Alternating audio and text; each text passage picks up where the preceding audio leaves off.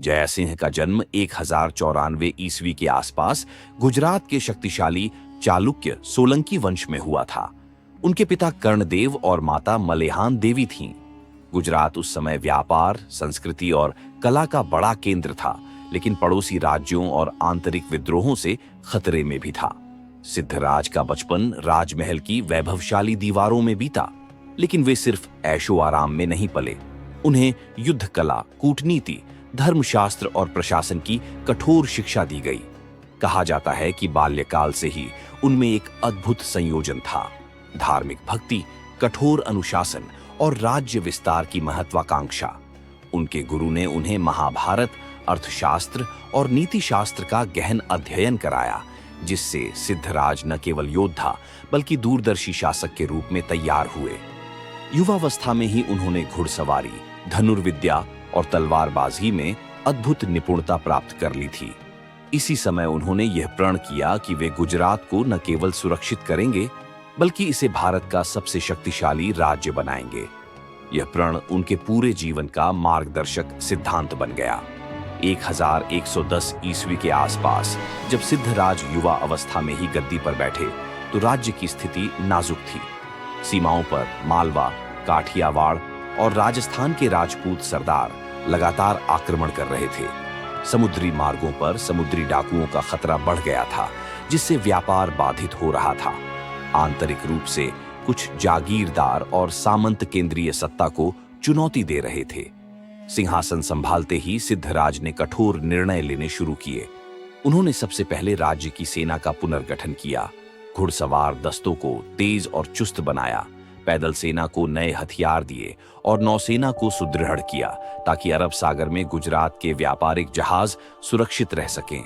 साथ ही उन्होंने विद्रोही सामंतों को चेतावनी दी और जो नहीं माने उन्हें युद्ध में हराकर उनकी जागीरें छीन लीं। यह द्वार सिद्धराज की दृढ़ता और तेज फैसलों का प्रमाण था। वे समझ चुके थे कि अगर सिंहासन बचाना है तो लोहे के हाथ से शासन करना होगा। यही उनकी पहचान बनने लगी, एक ऐसा राजा जो मित्रों के लिए उदार पर विद्रोहियों के लिए अडिग और कठोर था। सिंहासन पर बैठने के बाद सिद्धराज ने अपने सबसे महत्वाकांक्षी कार्य की शुरुआत की: गुजरात के साम्राज्य को विस्तार देना। उन्होंने उत्तर में राजस्थान, पूर्व में मालवा और पश्चिम में काठियावाड़ की ओर युद्ध अभियान चलाए। सबसे पहले उन्होंने मालवा के परमार वंश के खिलाफ मोर्चा खोला, जो गुजरात की सीमाओं पर बार-बार हमला कर रहा था। कई महीनों की घेराबंदी के बाद सिद्धराज ने मालवा के प्रमुख किलों पर कब्जा कर लिया। इसके बाद उन्होंने सौराष्ट्र के शक्तिशाली सरदारों को एक-एक करके परास्त किया। सिद्धराज की रणनीति अद्भुत थी।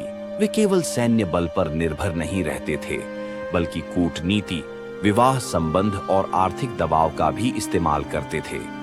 कुछ स्थानों पर उन्होंने स्थानीय शासकों को हराकर उन्हें अपने अधीन कर लिया, लेकिन उनके सांस्कृतिक और धार्मिक अधिकार बरकरार रखे, जिससे वे वफादार बने रहे। इस तरह उनका साम्राज्य समुद्र से लेकर मरुस्थल तक फैल गया। उनके युद्ध केवल भूमि जीतने के लिए नहीं थे, वे गुजरात को एक व्यापारिक, सांस्कृतिक और राजनीतिक महाशक्ति बनाना चाहते थे। युद्ध जीतने के बाद सिद्धराज ने केवल सैनिक ताकत पर ही ध्यान नहीं दिया, उन्होंने अपने राज्य को एक सांस्कृतिक और आर्थिक स्वर्ग बनाने की ठानी। उन्होंने पाटन, अनहिलवाड़ पाटन को राजधानी के रूप में सजाया संवारा, विशाल मंदिर, सरोवर और किले बनवाए। सबसे प्रसिद्ध था सिद्धपुर का विकास, जिसे उन्होंने धार्मिक और सांस्कृतिक नगर के रूप में बसाया। सिद्धराज धार्मिक सहिष्णुता के लिए भी जाने जाते थे। वे जैन, हिंदू और बौद्ध तीनों मतों का सम्मान करते थे। उन्होंने जैन मुनियों को संरक्षण दिया, शैव और वैष्णव मंदिरों का निर्माण करवाया और विद्वानों को दरबार में स्थान दिया। आर्थिक दृष्टि से उन्होंने व्यापार मार्गों को सुरक्षित किया, विदेशी व्यापारियों को प्रोत्साहन दिया और गुजरात को अरब तथा अफ्रीका तक जोड़ने वाला केंद्र बना दिया। उनके शासनकाल में कला, स्थापत्य और साहित्य का अद्भुत विकास हुआ, जिससे उन्हें गुजरात का स्वर्ण युग कहा जाता है। जय सिंह ने लगभग 47 वर्षों तक गुजरात पर शासन किया और अपने जीवन काल में इसे उत्तरी और पश्चिमी भारत के सबसे शक्तिशाली राज्यों में बदल दिया। उनके अंतिम वर्षों में भी वे सक्रिय रहे। सीमाओं की सुरक्षा, मंदिरों का निर्माण और जनता की भलाई उनके कार्यों में शामिल थी। उन्होंने न केवल एक साम्राज्य खड़ा किया, बल्कि एक ऐसी सांस्कृतिक धरोहर छोड़ी जो आज भी गुजरात के मंदिरों, नगरों और लोक कथाओं में जीवित है। सिद्धराज की मृत्यु 1143 ईस्वी के आसपास हुई और उनके बिना गुजरात ने अपना सबसे चमकीला सितारा खो दिया। लेकिन उनकी विरासत इतनी गहरी थी कि आने वाली पीढ़ियां उन्हें एक आदर्श राजा, युद्ध नायक और सांस्कृतिक संरक्षक के रूप में याद करती रही। उनके बनाए शहर, मंदिर और जलाशय आज भी उनके दूरदर्शी शासन का प्रमाण देते हैं। सिद्धराज जयसिंह ने सिद्ध कर दिया था कि एक सच्चा राजा केवल युद्ध जीतने वाला नहीं होता, बल्कि वह होता है जो अपने राज्य की आत्मा को भी समृद्ध करता है। सिद्धराज जयसिंह का नाम गुजरात के स्थापत्य और जल प्रबंधन की अद्भुत कृतियों में अमर है। उनमें से सबसे प्रसिद्ध है पाटन का सहस्रलिंग तालाब, एक विशाल जलाशय जिसके किनारों पर 1000 से भी अधिक शिवलिंग स्थापित किए गए थे। किंवदंती है कि यह तालाब केवल पानी का स्रोत नहीं था, बल्कि एक आध्यात्मिक केंद्र था जहां जल और धर्म एक साथ मिलते थे। इस तालाब के निर्माण के पीछे एक रोचक और रहस्यमयी कहानी जुड़ी है। कहा जाता है कि सिद्धराज एक बार एक सुंदर और विदुषी नारी जैसी से प्रेम करने लगे, जो काठियावाड़ की एक वीर महिला थी। जैसी ने राजा का प्रस्ताव यह कहकर ठुकरा दिया कि वह केवल उस पुरुष से विवाह करेगी जो उसके गांव के लिए एक विशाल तालाब बनाएगा, जिससे लोग पानी की कमी से न जूझे। सिद्धराज ने यह चुनौती स्वीकार की और सहस्रलिंग तालाब का निर्माण करवाया। लेकिन तालाब बन जाने के बाद जैसी ने विवाह से इनकार कर दिया, जिससे क्रोधित सिद्धराज ने उसे दंड दिया। ये घटना आज भी गुजरात की लोक कथाओं में प्रेम, अहंकार और प्रतिशोध की कथा के रूप में सुनाई जाती है। सहस्रलिंग तालाब आज भी पाटन में मौजूद है और जब भी उसकी सीढ़ियों पर हवा बहती है तो लोग कहते हैं कि जैसी की आत्मा वहां भटकती है। सिद्धराज के युद्ध केवल विजय के लिए नहीं, बल्कि प्रतिष्ठा और न्याय के लिए भी होते थे। उनके सैनिक मानते थे कि जब राजा स्वयं युद्ध के मैदान में उतरते हैं तो दुश्मन के पैरों तले जमीन खिसक जाती है। उनकी एक प्रसिद्ध लड़ाई राजस्थान के नागौर के शासक के खिलाफ हुई थी। नागौर के शासक ने गुजरात के व्यापार मार्ग पर नियंत्रण कर लिया था और व्यापारियों से भारी कर वसूल रहा था। सिद्धराज ने एक तेज और निर्णायक आक्रमण किया। कहा जाता है कि युद्ध से पहले उन्होंने अपने सैनिकों से कहा, हमारा लक्ष्य केवल दुश्मन को हराना नहीं, बल्कि उसकी अन्याय की जड़ को काटना है। नागौर की घेराबंदी महीनों चली, लेकिन सिद्धराज की योजना इतनी सटीक थी कि दुश्मन का पानी और राशन कट गया। अंततः नागौर का किला टूट पड़ा और सिद्धराज ने वहां का शासन अपने अधीन कर लिया।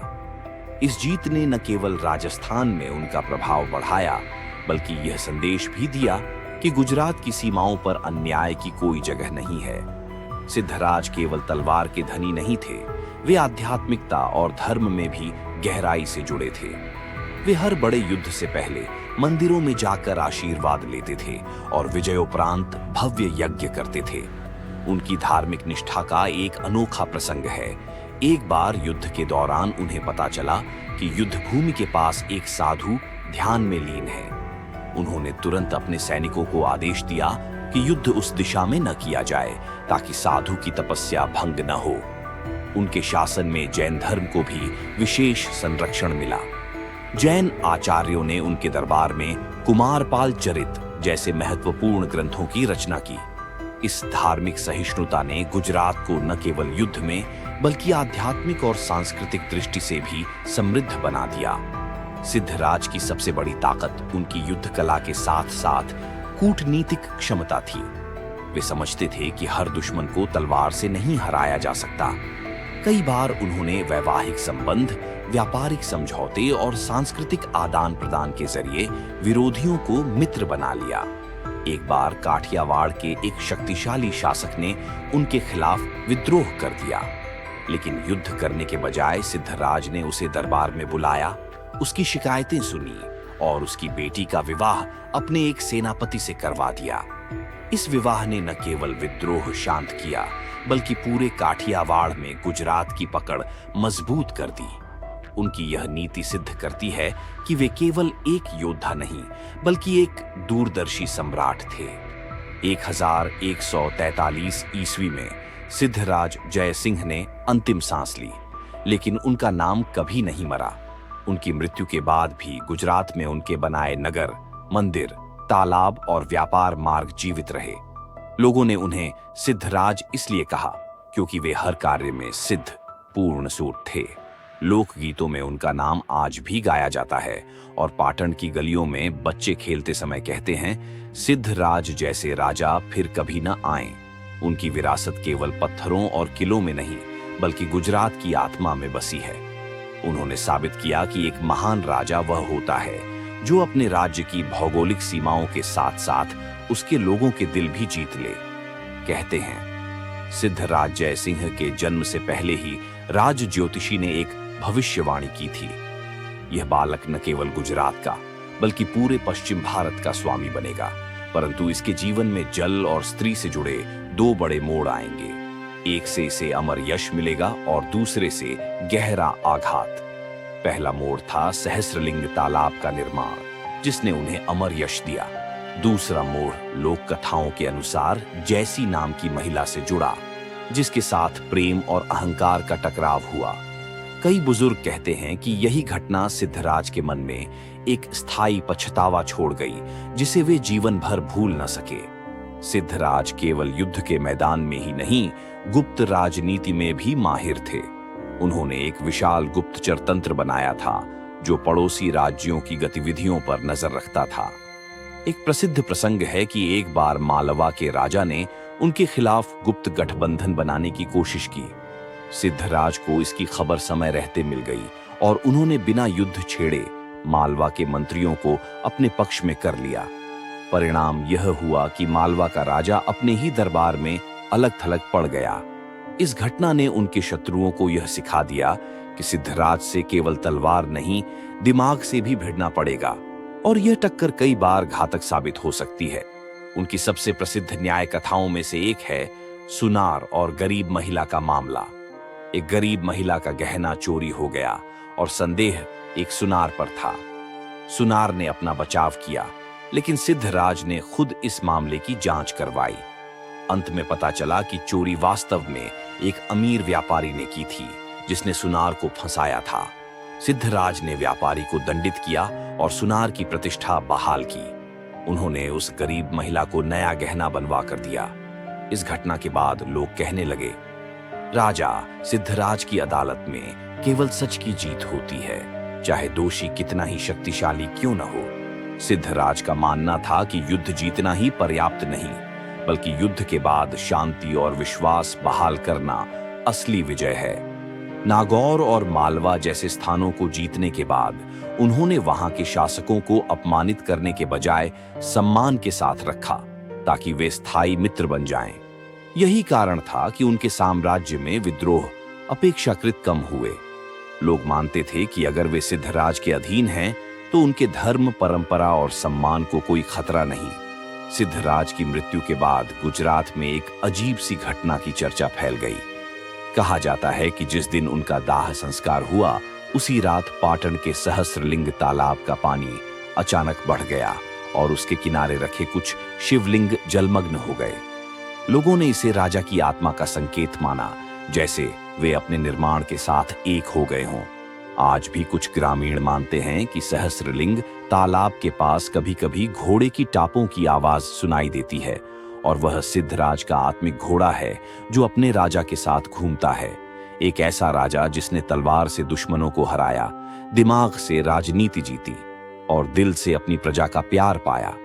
सहस्रलिंग तालाब से लेकर रणभूमि के शौर्य तक उनका हर कदम इतिहास में सुनहरी लकीर बन गया। सदियों बाद भी उनका नाम गर्व, वीरता और न्याय का प्रतीक है।